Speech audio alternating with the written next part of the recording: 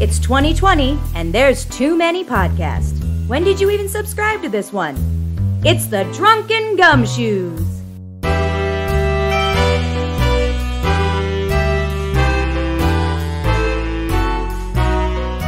Each episode, we sit down with a stiff drink and a famous children's novel.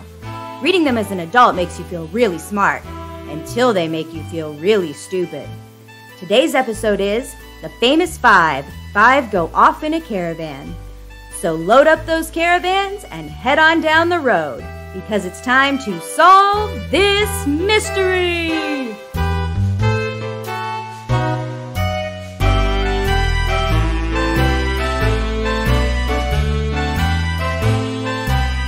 Hey everybody, welcome to the podcast. I'm Jack Wefso. I'm Faye Derrickson. And we are here for this episode reading another one of those fantastic children's mysteries.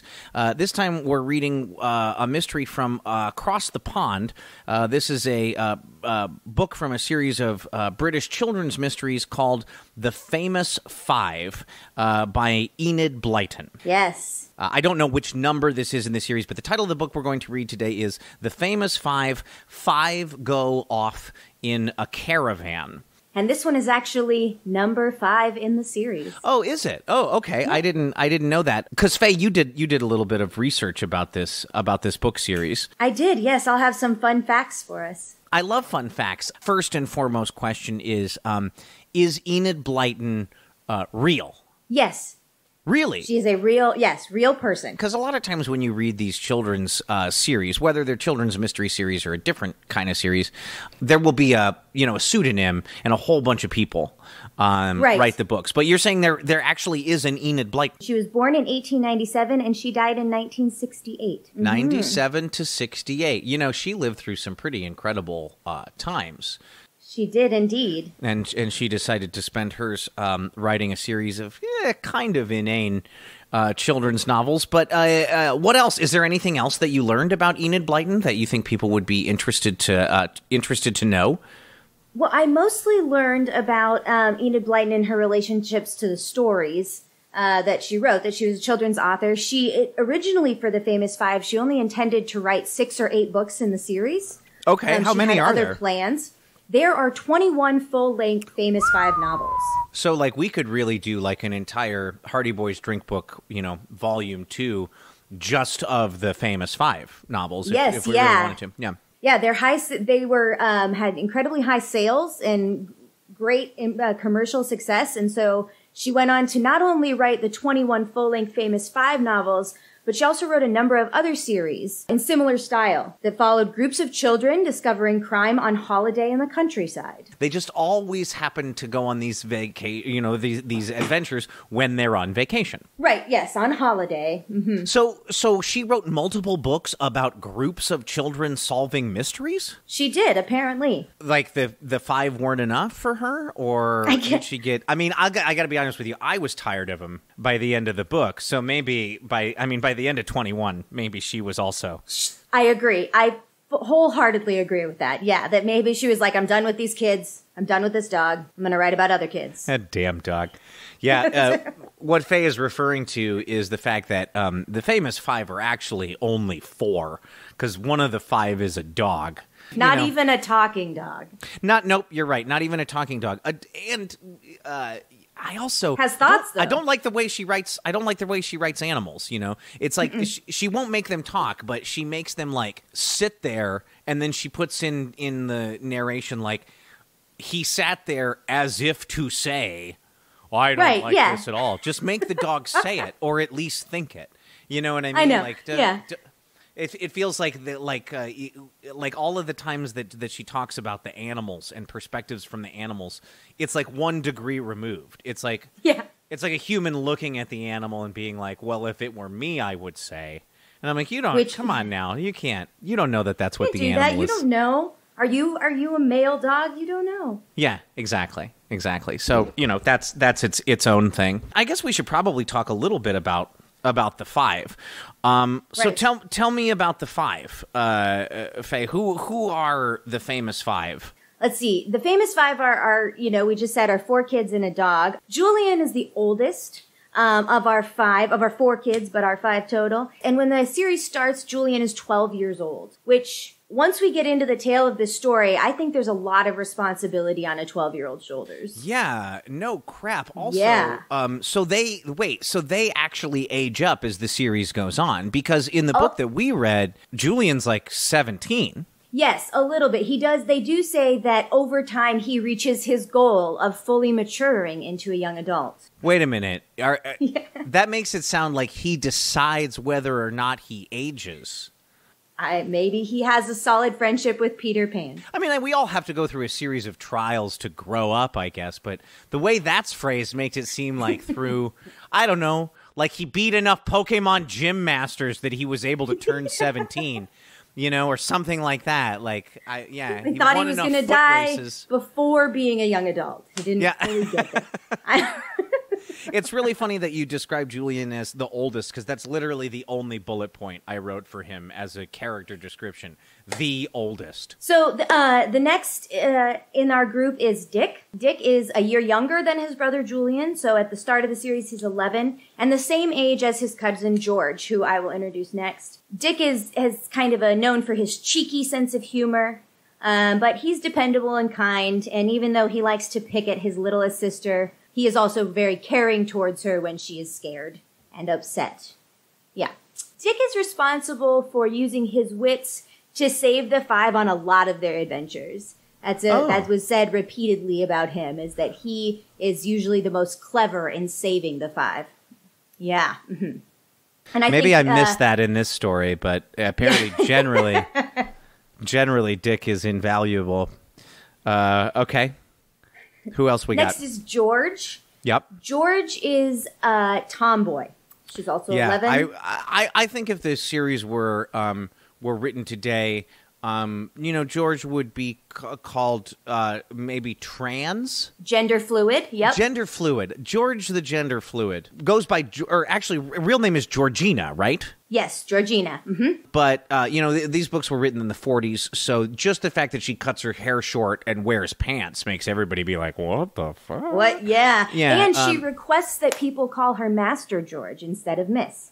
Oh, really? Mm-hmm. Master George? Yes. Yeah. Okay, so she's got a complex on top of it. George is... People are pretty sure that George was very intentional, the way he presents by Blyton. And at one point, Blyton revealed that the character, at least her strong-headedness and being kind of courageous by nature, was actually based on Blyton herself. Oh. Whether Blyton also, but I didn't find any facts to say that Blyton also preferred to dress in men's clothes or interesting be thought of as a man. Yeah, so I thought that was very interesting. Okay, that's cool. I like that. Mm-hmm. Two more. Annie is the youngest of the group, and the girl. She takes care of all the domestic duties when the five are on adventure. She's also the youngest, right?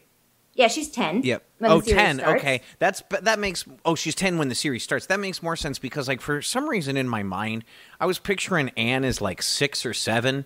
I was going to say 7. Yeah, and, I both, thought it was, one, really adorable when she's, making them sandwiches and hard-boiled eggs and stuff. And other times, stop checking the pantry and seeing you're just pretending to be a cook, exactly. Okay? You're 7. Exactly. But if she was 10, I guess that makes more sense. Anne spends a lot of time cooking for the 5. Yes, and tidying up. All the womenly duties, as it were. Yes, very much so. Yeah. Who's our, and then we got our last member, which we already kind of spoiled, is... Yes, is Timmy, George's faithful dog. He's freaking rip-off, man. Described as friendly and clever. But he also provides physical protection for the other 4 many times. Well, and Timmy's lucky because in the very first book, George finds Timmy and brings him home, and her parents she has to hide him from her parents because they say, no, you can't have a dog. But then by the end of the book, they say, okay, we give in, you can have the dog. Oh, well, that's kind of cute. Yeah, I like that. All right, so they had a little bit of a rescue. I assume all of the books, now that we've been introduced to our 5, I guess all the books basically, I think we talked about this a little bit, I assume they all start kind of the same way. The kids are hanging out on a hillside, if I remember correctly, just kind of watching life go by like you do when you're British in the 1940s. And they're like, I'm bored. Yeah, so am I. And then a circus comes traveling down the road past them with a bunch of wagons that have some animals in them and, and everything. And people are kind of coming out to look, but the children themselves are like, wow, a circus. And they run down to the circus and they meet a little boy who says, we're going up to camp at this lake. And you should come camp with us or something. I can't remember exactly how. But they go, wouldn't that be lovely?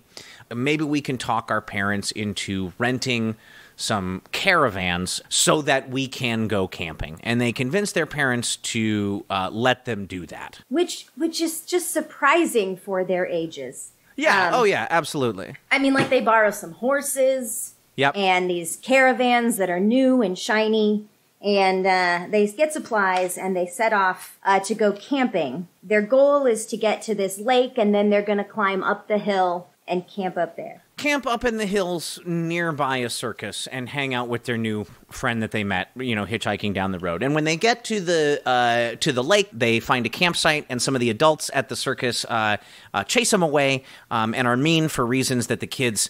Well, they got to solve a mystery to figure it out. And the kids end up at a new campsite where basically it turns out that they camp directly on top of the bad guy's hideout.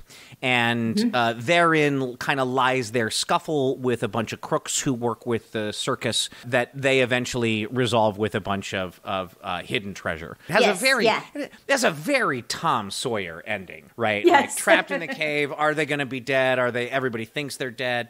With some people that get left for dead, but yeah, it's kind of it's fairly simplistic and boxed in. What did you think of Famous Five Go Off on a Caravan? So my very first impression is that it took me a minute to get into the story. That was probably the first thing I noticed, is like, okay, I wanted the mystery to get off the ground. Yeah, for the first couple chapters, I was worried that we were not going to have something that we could actually base a podcast on.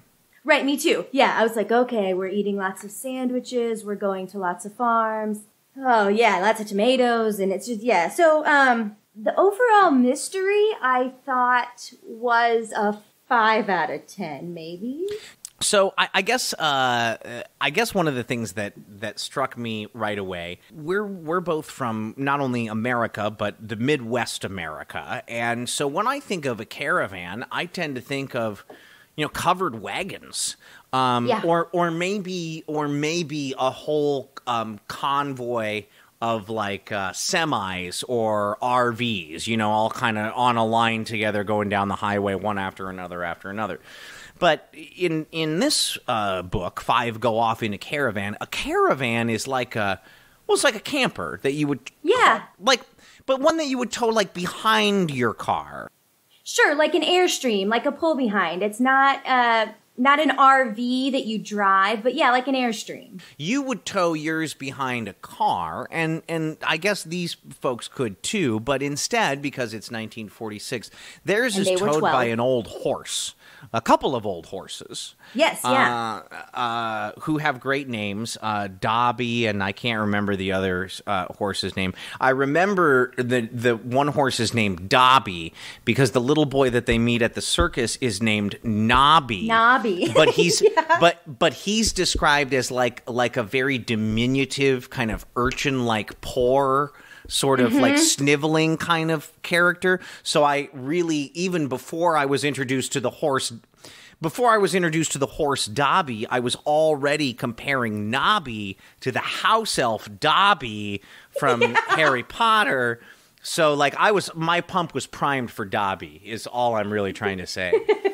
So when Dobby the horse showed up, I was on. And then I also ascribed a whole bunch of like diminutive, weak, very skinny, bone showing through the skin attributes to Dobby that maybe Dobby doesn't deserve. Dobby the horse, I mean. But that's where my brain went with it. So the kids basically talked their parents into letting them rent some campers and then also rent some food and some horses. And I think it goes without saying.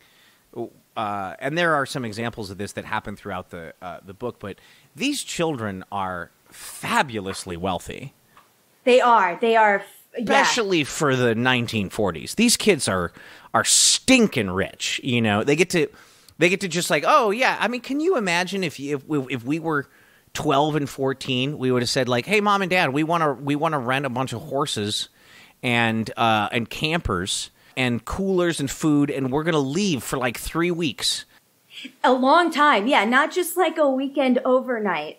But, like, they're gone a long time. And it's just crazy. They have an insane amount of money and an insane amount of trust from the adults in their lives. But I guess this is adventure number 5. Right, in this so adventure, they get some guns pointed at them and stuff, don't they? Like, so maybe, they've been through some stuff here. So maybe they've proven themselves to the adults in their lives. I don't like a lot of their names. Like, I was fine with Nobby Dobby and that whole thing, but Nobby is the little boy who they meet, who comes along with the circus, and he's got a couple of dogs, little kind of terriers that run around with him, and their names are Barker and Growler.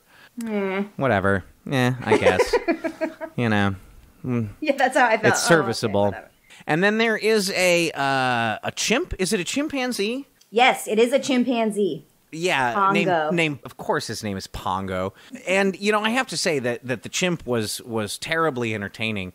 And I can't imagine how boring a lot of these books must be without Pongo in them. Or, I mean, he pulls a lot of the same jokes over and over again. I really liked all the times that, like, Pongo would like, pretend to be sad or, like, excited. And then the 5, usually Anne, would be like, oh, that poor chimp, he just wants more candy or whatever. And then Nobby would be like, he's a chimp, okay? If you open that jar, he's going to eat all the candy inside it. Yeah. And then he's going to, like... like, what are you doing? It's a wild animal. Yeah. So I really like that relationship back and forth between the two of them. And the number of times that Nobby would just go chasing after Pongo, kind of cursing after him and being like, you don't take advantage of these dumb rich kids, Pongo. I also don't like how the animals are written. We talked about that a little bit. Yeah. Like, it's like even like the horses have these moments where like, wow, another horse. He seemed to say with the swish of his tail. Just like make him think it. What were some of your favorite parts of the book, or some of your favorite I don't know, kind of moments of style or anything like that? What stood out to you? Probably, like you said initially, like the language, the different phrases that you're reading along, and you know exactly what it means, but it's just different worded. Like when the caravans come and said one's red and the other's green, bag's eye the red one. Well, I think we say like dibs or yeah, I tagged that one. Yeah, that was fun. I got a kick out of George. I thought George was pretty funny. He just kind of sets off a lot of the time, like a little fiery temper. Yeah, I think there's more than one instance where she trembles with rage, which, with rage. Yeah, like a 15-year-old girl just raging out. Trembling with rage. I can think of sometimes as a teenager when I trembled with rage. Oh, definitely. Yeah. There was this type of children's book. It would be really interesting to do, a historical deep dive on kind of when this trend occurred, probably after World War II, of kind of making children's books a little safer. And I feel like this is kind of pre that. The danger is real. You know what I mean? Oh, like, yeah. The kid that they encounter who has rough parents that they want to stay clear of, Nobby's kind of caretakers in the circus, they physically abuse him, and he shows up with bruises that they talk about, where adults are not afraid to, point guns at kids and things like that. And that kind of stuff doesn't really happen, I feel like, in most modern fiction, although I guess I don't read a lot of children's fiction. But anyway, it just struck me as a very kind of definite 40s tone, No, and I think, I agree with you. One of the notes that I have over and over again in the book is that's child abuse. And not just by Nobby's parents, but it seems like other people in the circus are welcome, like Tiger Dan and Lou, the two names of the bad guys, that they're also welcome to just slap Nobby around as they see fit. Which makes me like Pongo all the more, because he protects Nobby sometimes. Like that, maybe that's another soft spot in my heart, is like, yeah, he protects Nobby, and he doesn't like it when Nobby gets smacked around, which is good. Yeah, absolutely. Absolutely. That is nice. And and protects them from the two surliest characters of of the circus, and the two who it turns out are running a stolen goods racket, and they've found a cave underneath this mountain, and they've made a secret hideout. So I want to talk about this secret hideout that they find. The children stumble upon it because they happen to park their caravan accidentally right over the top of it. Right. And so when Lou and Tiger Dan, the kind of two bad guys, come tromping up the hill with their thing of stolen goods, they come around the corner and find, well, those meddling kids have parked their camper right on top of the entrance to our secret lair. And they're pissed. And you know what? I would be pissed, too. Like, of all the places, kids. Well, and yeah, we told you to get out of here. They move the camper out of the way, and they pull some kind of boards. They move some grass that's covering up some loose boards, and then you peel up the boards, and there's a hole down into the ground. It reminds me of every time I was a kid. And when I say a kid, I mean like an 8-year-old kid or a 9-year-old kid. And I went like out in the backyard with a shovel and convinced myself I was going to like dig myself a fort. You know what I'm talking about? Where you're like, oh yeah, I'll only dig like 9 feet down in a perfectly well shape. And then I'll tunnel out a bunch of rooms. And like, you remember how you would do that when you were like a little kid? You'd be like, oh yeah, this thing I'm doing with a shovel right now. And you never got discouraged by the fact that like every time you dug a hole, pine needles would slide into your stupid hole. Yeah.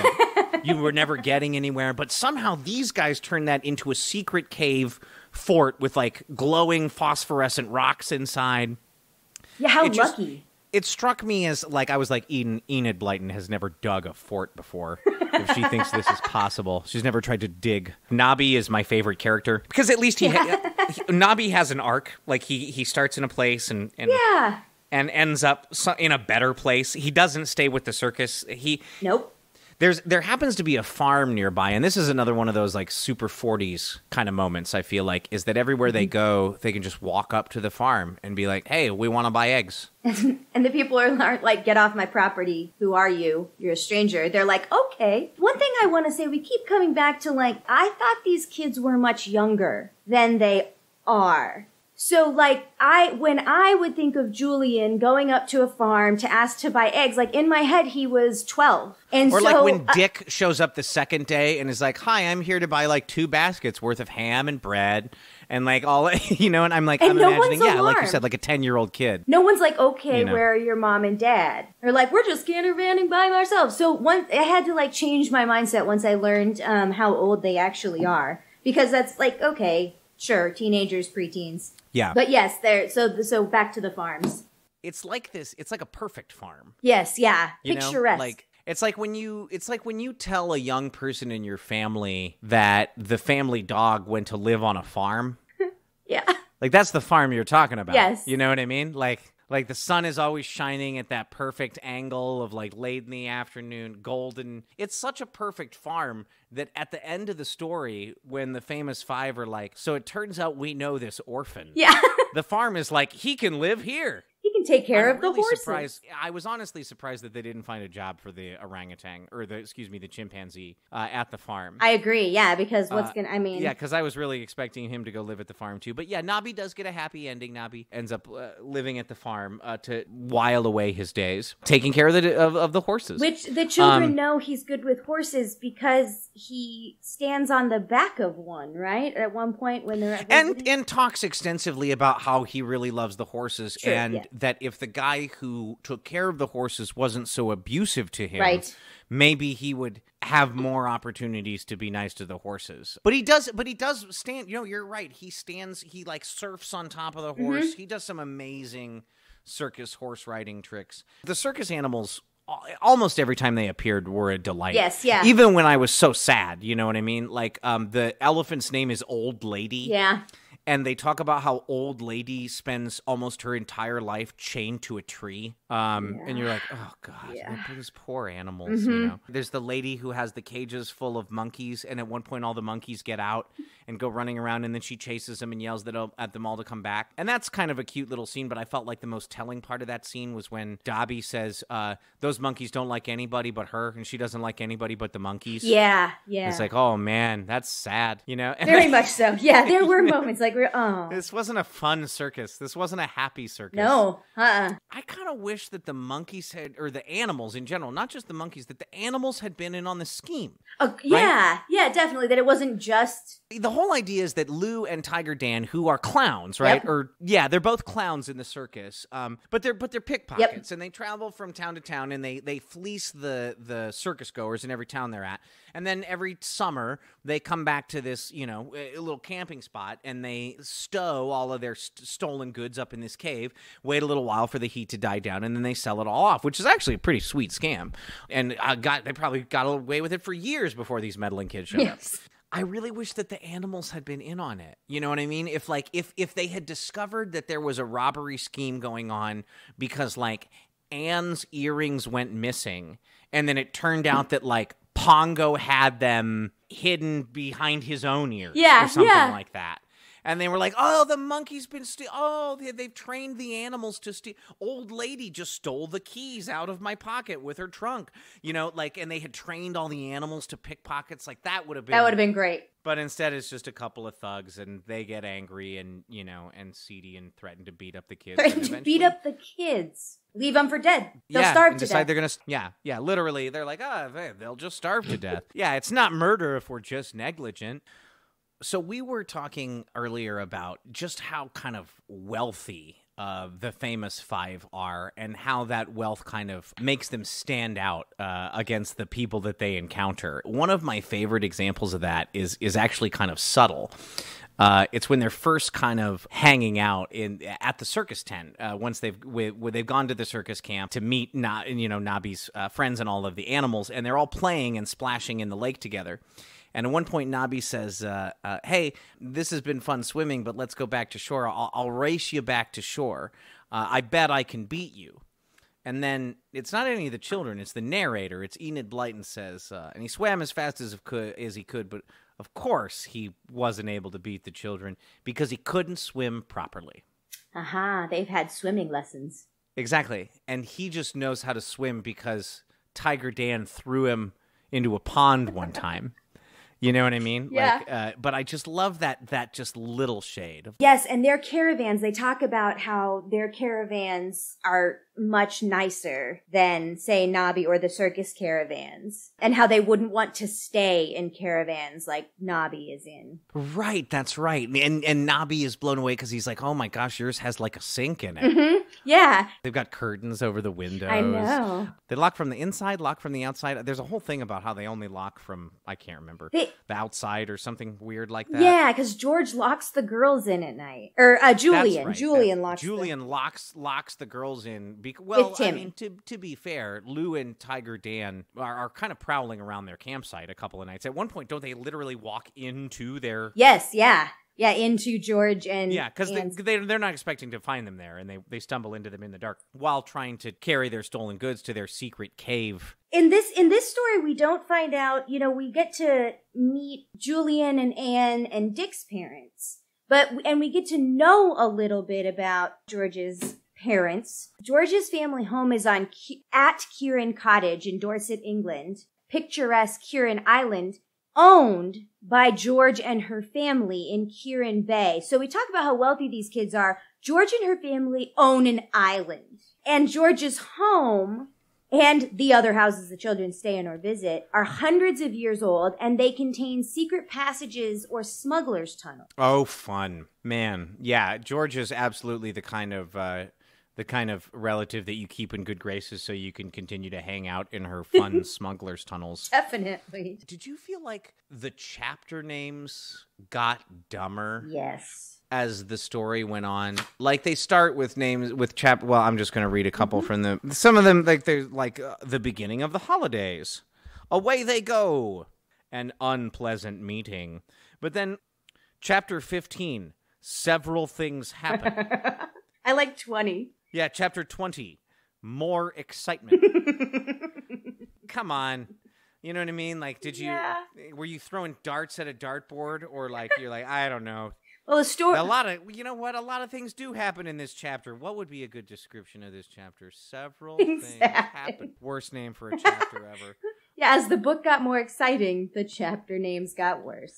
So, Faye, what were your final thoughts on Famous Five's Five Go Off in a Caravan? I thought that it was an entertaining read. Now that we have talked and done the podcasting, there are new things I'm interested in reading another one. If it were just a choice of mine, I'm not sure I would pick it up again. But it was a fun read. It was fun to get to experience a new set of kids on adventure. Overall, it was entertaining. I'd read another story, but I feel like I could do without Anne and Timmy. Yeah. Both of them. I guess I'd watch Dick and Julian and George go off on another adventure together. Although in my descriptions, you came up with a lot better descriptions of the characters than I did. You were like, oh, Dick is like smart and clever, and he's the younger brother. My description of Dick was also there. So like, yeah. I guess maybe I could also take or leave Dick as well, is what that means. But so George and Julian, Adventures of George and Julian. George and Julian. Yeah. I guess I want to see the two of them go off and do a buddy cop movie together. No, hey, in general, the Famous Five was a solid read. It was a solid children's mystery. I've read worse books in this genre, and yeah, I would recommend Famous Five. I don't know if I'd recommend it to hard-boiled crime fans, but if you're looking for another kid series to keep your kid entertained for another 8 or 10 books, or 21, right. As the case may be, I would definitely recommend Enid Blyton and the Famous Five. Yeah. Faye, this was a lot of fun. I can't wait to do another one. Yeah, absolutely. I'm looking forward to doing another one and getting on to some more Drunken Gumshoes. Until next time, Adventure Fans.